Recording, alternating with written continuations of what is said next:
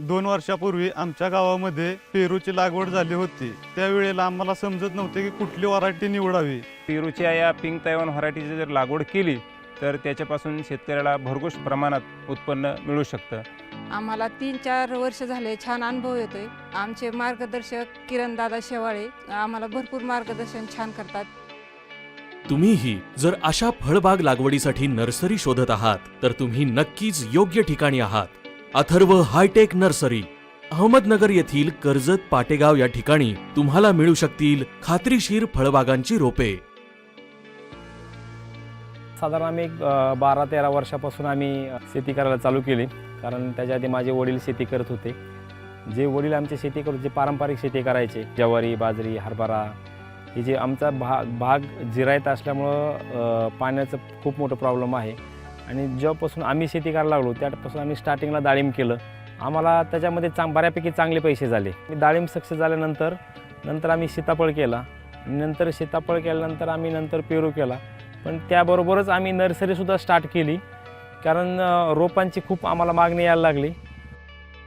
Atharva hi tech nursery, जिथे मिळतील फळबाग लागवडीसाठी लागणाऱ्या जवळपास सर्वच झाडांची रोपे, ज्यामध्ये प्रामुख्याने तैवान पिंक पेरू, डाळिंब, सुपर गोल्ड सीताफळ, केशर आंबा, फणस, चिक्कू, साई सरबती लिंबू, संत्री, मोसंबी, जांभूळ, ग्रीन डोर्फ नारळ, काश्मीरी सुंदरी बोर, स्टार फ्रूट अशा अनेक फळझाडांची व सर्व जातींची प्रात्यक्षिकं अथर्व हायटेक नर्सरी येथे पाहायला मिळतील।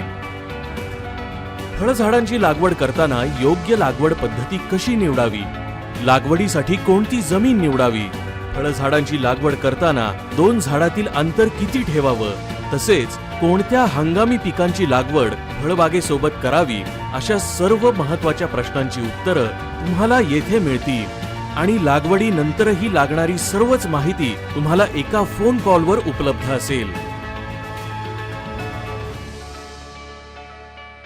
आम्ही शेतकऱ्याला फक्त रोपच देत नाहीये आणि जे बी त्या शेतकऱ्याला माहिती आणि मार्गदर्शन हे सुद्धा आम्ही त्या शेतकऱ्याला पूर्ण मोफत देतो।